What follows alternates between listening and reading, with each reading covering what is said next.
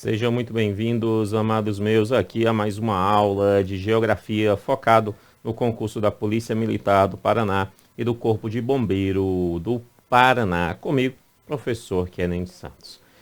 Amados meus, antes de iniciar, eu quero pedir desculpa pelos dias que eu fiquei sem gravar, é que eu tive problema aqui no meu equipamento, mas agora já está tudo certo, já resolvemos, e aí vamos continuar então os nossos trabalhos.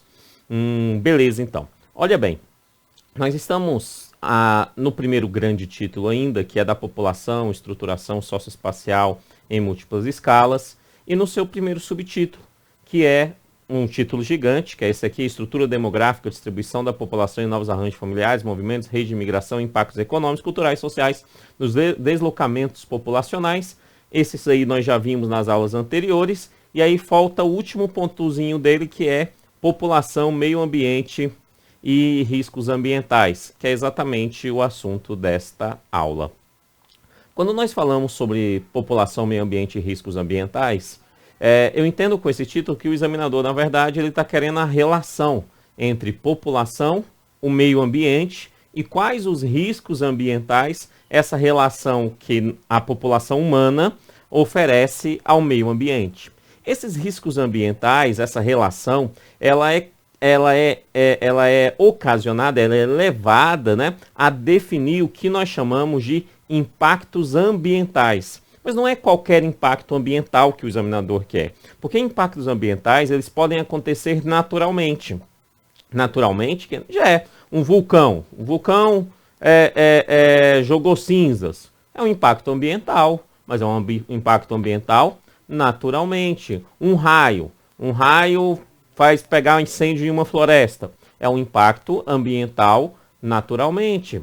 Beleza? Então, existem impactos que são naturais, que vão acontecer naturalmente, pelas próprias ações do meio ambiente. Certo? O que nós estamos aqui tratando não são sobre esses impactos naturais que acontecem, mas sim os impactos ambientais antrópicos.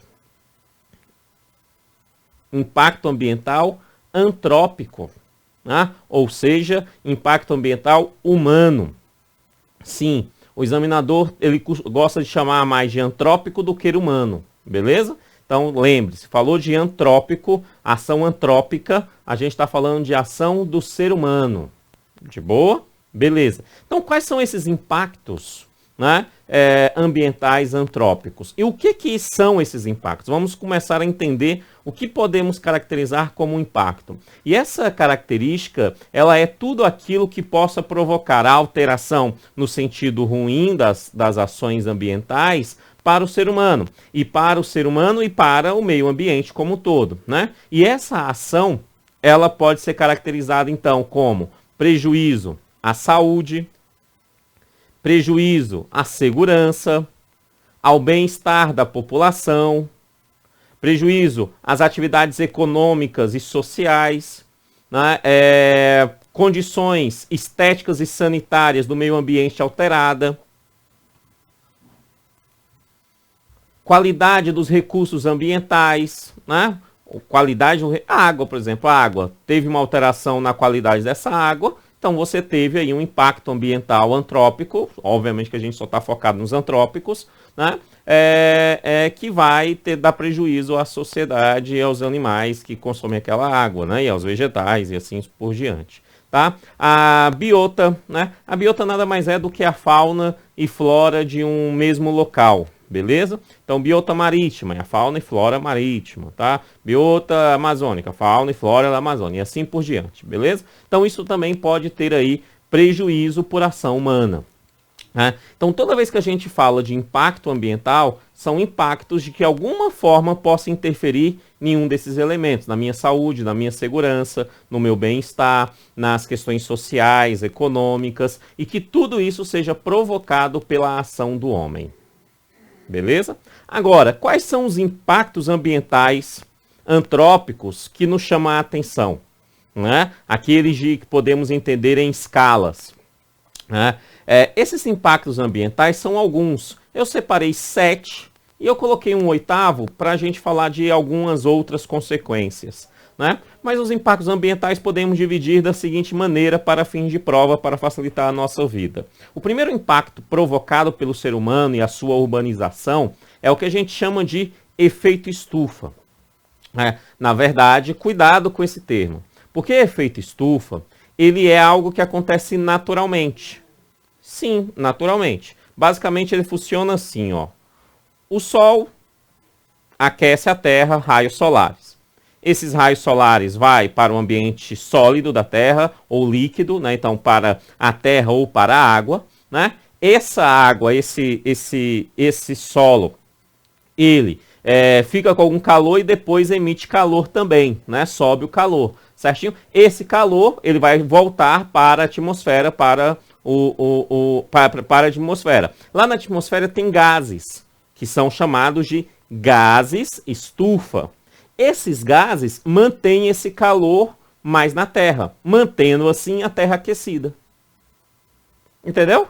Isso é o efeito estufa. Esses gases fazem como uma estufa. Entra calor e não deixa que o calor saia. Por isso, efeito estufa. O efeito estufa não é algo ruim. E é algo natural. De boa? Agora, qual é o problema? O problema é a ampliação desse efeito estufa provocado pelo ser humano. Provocado pela ação antrópica. E como que o homem provoca esse efeito estufa? Aumenta esse efeito estufa, aumentando assim a temperatura em lugares específicos, né? Como é que ele faz isso? Simples, com a emissão de gases estufa.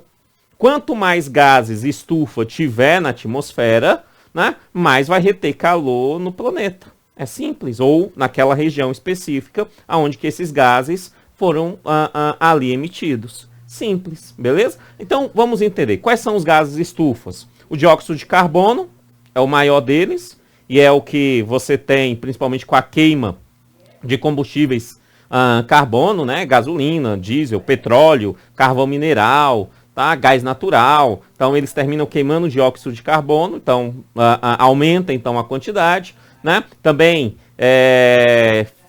o desmatamento também aumenta essa quantidade, né? Solta dióxido de carbono e assim vai, tá? Metano, óxido nitroso, os famosos CFCs, né? Estes são os gases estufa. Gases estufa, eles são importantes. Mas a teoria do efeito estufa, e nesse caso não é nenhuma teoria, porque tem comprovação real sobre tal elemento, é que a emissão desses gases em alta escala faz com que na região, não no planeta todo, mas na região aonde esses gases são emitidos, faz com que o calor não se emancipe, aumentando assim a temperatura no local. Fechou? Entendemos? Isso é o efeito estufa. Agora, óbvio, né? Vários lugares com efeito estufa faz, naturalmente, em teoria, o aumento da temperatura planetária. O efeito estufa, então, ele é algo local, ele vai acontecer em Curitiba, ele vai acontecer em São Paulo, né? Vai acontecer no Rio de Janeiro, vai acontecer principalmente nas grandes cidades, né? Mas esse efeito estufa, quando nós vamos para a ação global, então ele pode sim, de certa forma, aumentar a temperatura do planeta. E isso nós chamamos de aquecimento global. Ou seja, é o segundo ponto. Efeito estufa e aquecimento global são coisas diferentes.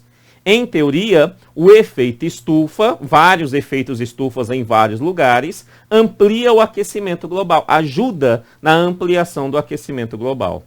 De boa? Entendemos? Então vamos a ele, aquecimento global. O que é o aquecimento global? Olha, também é conhecido que o planeta Terra, ele tem uma alternância de temperatura naturalmente. Ou seja, nós temos momentos onde que a temperatura do planeta Terra ela é alta, outros momentos ela é mediana, outros momentos ela é baixa.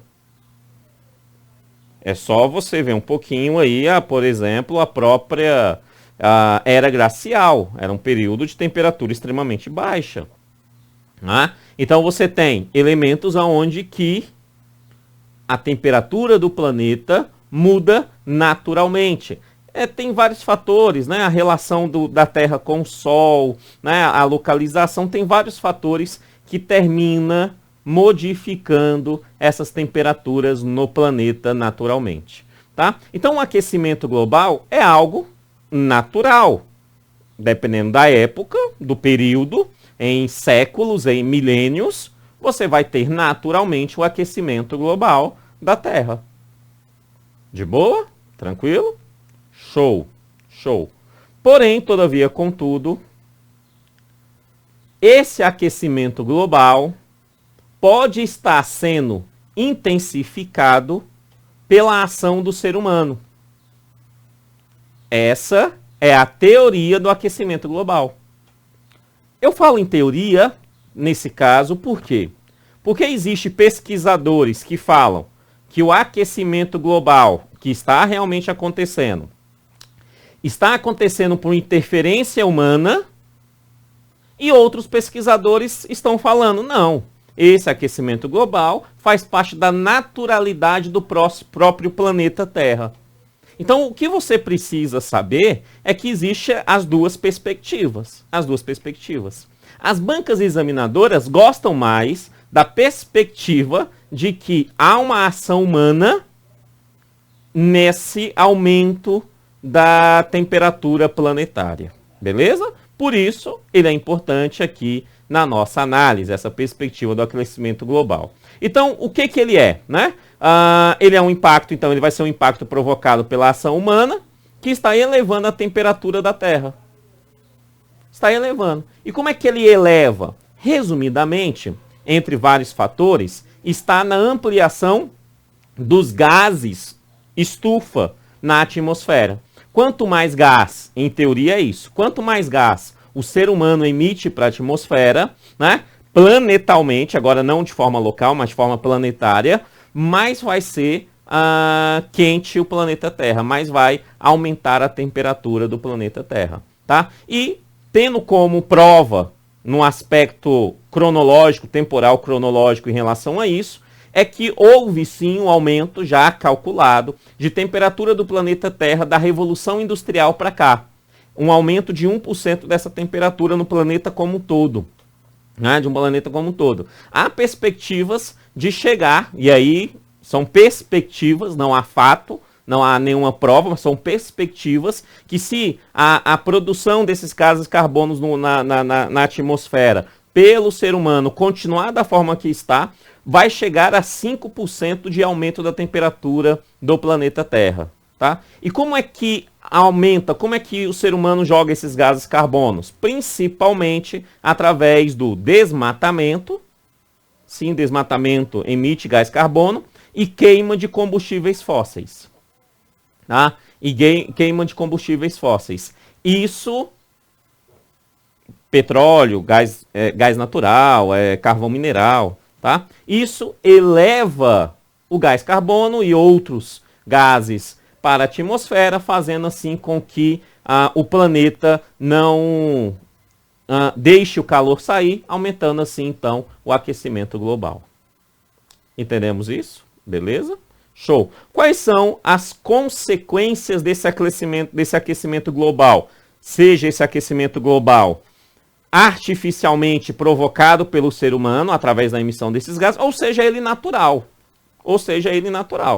Tá? Agora, as consequências irão acontecer caso esse aquecimento global ele continue acontecendo. Né? E quais são as consequências? Derretimento das calotas polares. E o que isso tem a ver? Aumento de água nos oceanos. Com esse aumento tem uma subida de águas marítimas. Isso provoca o quê? Mudança na própria geografia do planeta, inclusive maiores ações dos mares junto às áreas litorâneas. Né?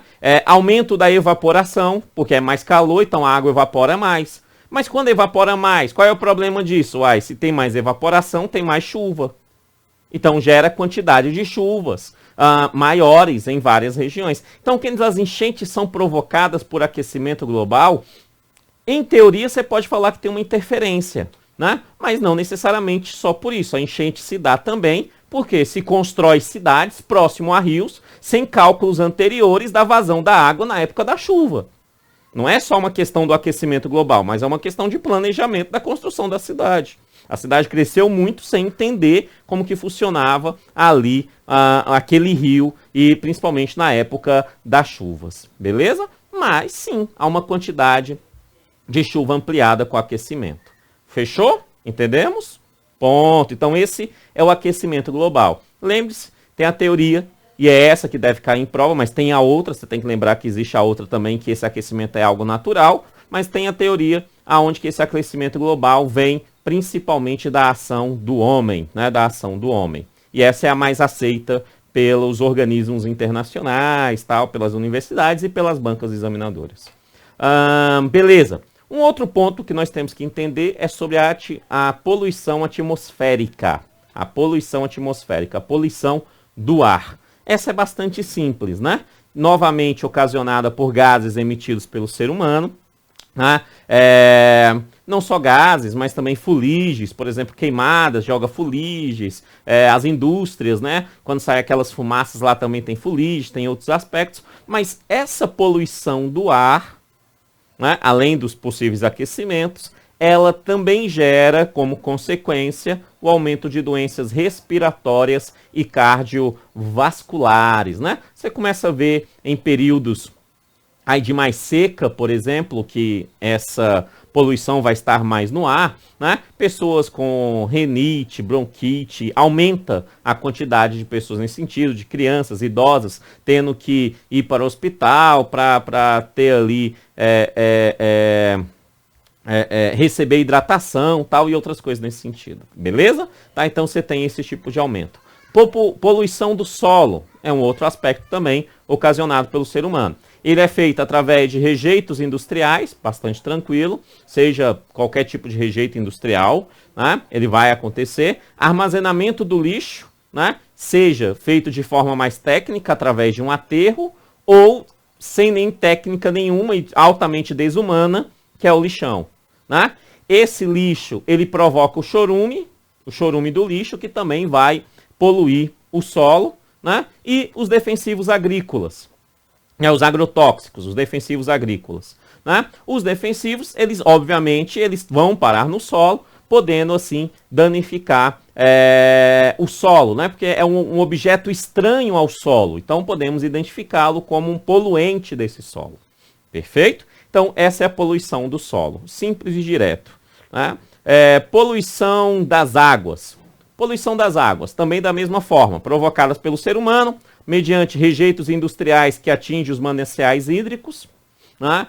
Chorume do lixo que vai atingir os lençóis freáticos, né? Ele vai descer, vai atingir lençóis freáticos. Defensores agrícolas, que vai atingir os mananciais hídricos, defensor agrícola, o agrotóxico, que já jogou lá na plantação, choveu.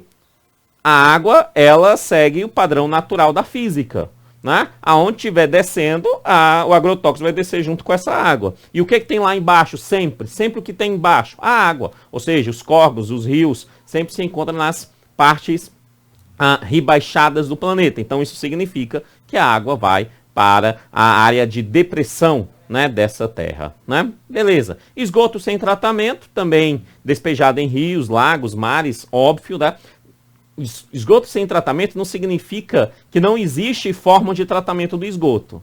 Existe forma de tratamento do esgoto, sim, né? É que muitos dos nossos esgotos não têm tratamento e são jogados em rios e lagos sem tratamento no Brasil, perfeito? Esse é um dos maiores problemas ambientais do Brasil, né? Ao meu ver, é o maior problema ambiental do Brasil, é exatamente a questão do esgoto, é a questão sanitária. A questão sanitária é o maior problema ambiental brasileiro, beleza? Tal. Até agora o Congresso assinou, né, um documento que muda a legislação sanitária, né, e que eu espero que com essa nova legislação sanitária você tenha uma mudança real na qualidade de tratamento de esgoto, de lixo no Brasil, de água potável para as pessoas no Brasil, beleza? Tá.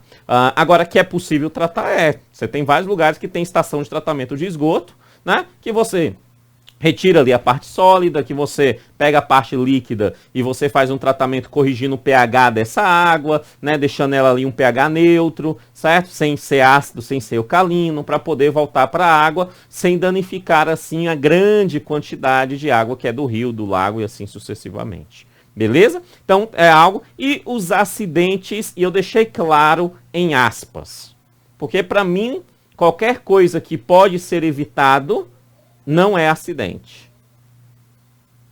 Beleza? Não é acidente. Podia ser evitado? Não é acidente. Acidentes são coisas inevitáveis.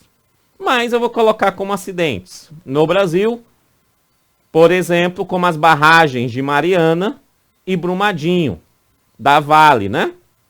Que vai provocar impactos ambientais gigantes. Se você olhar imagens, você vai ver que a lama desses lugares atingiu os rios que chegaram a oceanos. A vida nesses lugares morreu. A população ribeirinha dessa região hoje vai sofrer por séculos ações disso, porque vai demorar séculos para a natureza entender e recolocar todos aqueles metais que estão nessa lama, porque é uma lama tóxica, né? Todos esses metais que estão lá recolocados na natureza novamente. Então vai demorar anos, séculos, milênios. Beleza? Mas isso é uma poluição das águas. Também bastante simples. Eu estou só pontuando, porque se eu for ficar falando de cada um deles aqui, meu filho, a gente vai ficar anos só falando dessas questões ambientais aqui. E que não é o foco, né? Meu foco é me aprofundar, sim, em tudo que é possível, para que você possa ir para a prova bem, não ficar superficial na hora da prova, mas ao mesmo tempo, né, alguns pontos a gente só citar, porque eu sei que você sabe, né? Esse é um caso claro, eu só estou citando para ficar organizado na sua mente todos esses aspectos de poluição. Um outro tipo de poluição que nós temos é a poluição visual. Né? É caracterizado poluição. Você tem aí a pichação, por exemplo, que é algo feio, que deixa os lugares feios, né? Construções irregulares também pode ser caracterizado como poluição visual, porque deixa algo feio, né? Outdoor, né? Outdoor saturante, letreiros de lojas, tal, áreas podem ser caracterizados como poluição visual também, entre outros. Qualquer coisa que possa ser saturante ou deixar um ambiente feio pode ser caracterizado como poluição visual. Eu tenho lá as minhas controvérsias em relação a isso. Não acho que em tudo que é lugar que você tem muita informação saturante é algo que seja uma poluição visual. Por exemplo, eu não vejo Las Vegas como algo com uma poluição visual, mas existem pessoas que vão dizer que Las Vegas tem uma poluição visual, né? Mas, para fins de prova, a poluição visual é tudo aquilo que deixa algo saturante, né, visivelmente ou feio. Beleza? Poluição sonora. Poluição sonora é algo que as áreas urbanas sofrem bastante, né? Porque a poluição sonora ela acontece naturalmente, no sentido de não ter intencionalidade das pessoas. Por exemplo, trânsito. O trânsito vai acontecer. E juntamente com o trânsito, uma poluição sonora. Não é intencional, as pessoas não estão no trânsito com a intenção de fazer barulho, mas vai acontecer. Ou intencionalmente, por exemplo, o cara do sonzão do carro, ele liga o som, liga o grave, passa no estacionamento só para os alarmes dos outros carros dispararem. É uma poluição sonora que pode ser caracterizada até por crime ambiental. Dependendo da quantidade de decibéis e o tempo que esse decibéis, pode ser caracterizado por crime ambiental. É difícil a caracterização, porque depende de instituições ambientais locais, os estados, tal, né? Mas pode ser caracterizado, sim, crime ambiental, beleza? Uma coisa, caro policial militar, que é importante, é saber que houve aí uma decisão do CONANDA, do Conselho Nacional do Trânsito, né? Que altera uma perspectiva, dando uma perspectiva para os agentes de trânsito poderem multar veículos, pessoas dirigindo veículos, aonde que o som de dentro do carro, o som automotivo de dentro do carro, saia e consiga ser escutado do lado de fora. Perfeito? Ou seja, agora não precisa chamar alguém para caracterizar um crime ambiental. Pode ser caracterizado como infração de trânsito. Tá? Houve uma alteração, salvo engano, do ano passado, ano retrasado, um negócio assim, dando essa possibilidade ao agente de trânsito fazer isso, beleza? Ok, então isso vai acontecer. E o que são esses ruídos? A gente calcula em decibéis, segundo a OMS, 50 decibéis já é nocivo à saúde, segundo a OMS, 140 decibéis já pode estourar e danificar o tímpano, né, do ser humano. 140 do ser humano. Olha que a gente está calculando só ser humano, a gente não está calculando outros animais. Então, 140 decibéis. Uma turbina de avião é 130. Caixas de sons em grande show, seguindo as regras, bate 130, 140. Não tenta ultrapassar 140 decibéis.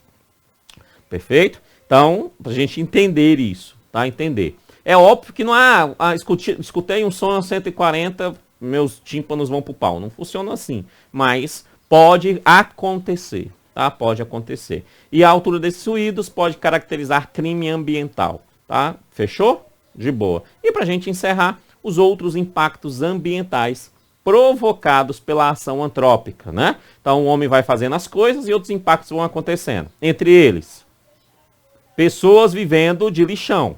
É algo óbvio isso. Né? Tem pessoas que vão para o lixão buscar reciclados. Outras vão buscar comida no lixão. Isso é uma ação antrópica que prejudica, obviamente, o ser humano. Enchentes. Enchentes também. Não só pela questão do calor, como a gente falou anteriormente, mas pela própria urbanização. Né? Você constrói uma cidade perto de um rio e essa cidade, perto do rio, não calcula a vazão desse rio, principalmente na época de chuva, é óbvio que vai provocar enchente. Ou até mesmo sem rio, vai provocar enchente também. A vazão da chuva em determinada área sem rio, mas não pega ali vazão para essa água, ali de uma vazão fluvial para essa água adequada, que atenda todos, que crie os piscinões, que crie ali aspectos de rede fluvial de água. Se você não faz isso de forma adequada, que atenda a população da região, vai causar enchente. É simples, tá?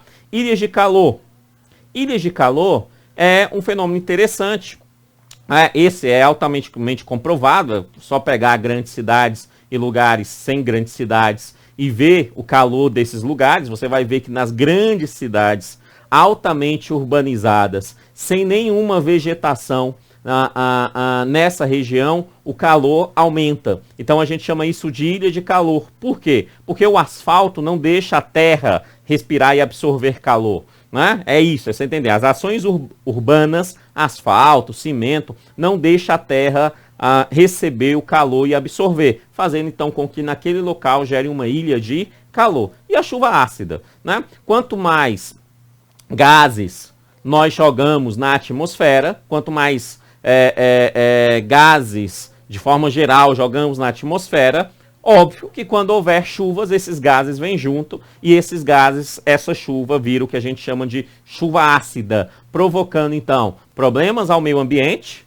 né, danificando plantas, provocando então problemas a lavouras, provocando então problemas a automóveis, a pessoas, a animais, beleza? Então, essas são as chuvas ácidas provocadas pelo ser humano nessa relação. Pronto, quando a gente fala em meio ambiente, essa é a relação que o ser humano tem em relação ao meio ambiente e os riscos ambientais dessa relação que o ser humano tem. Tá? O que nós queremos é minimizar cada vez mais esses riscos. Né? O aumento de tecnologias faz com que minimizemos essa utilização de ações que possam prejudicar o meio ambiente e, obviamente, prejudicando o meio ambiente, prejudicamos o próprio ser humano. Beleza? Fico por aqui e até a próxima aula. Valeu, tchau, tchau.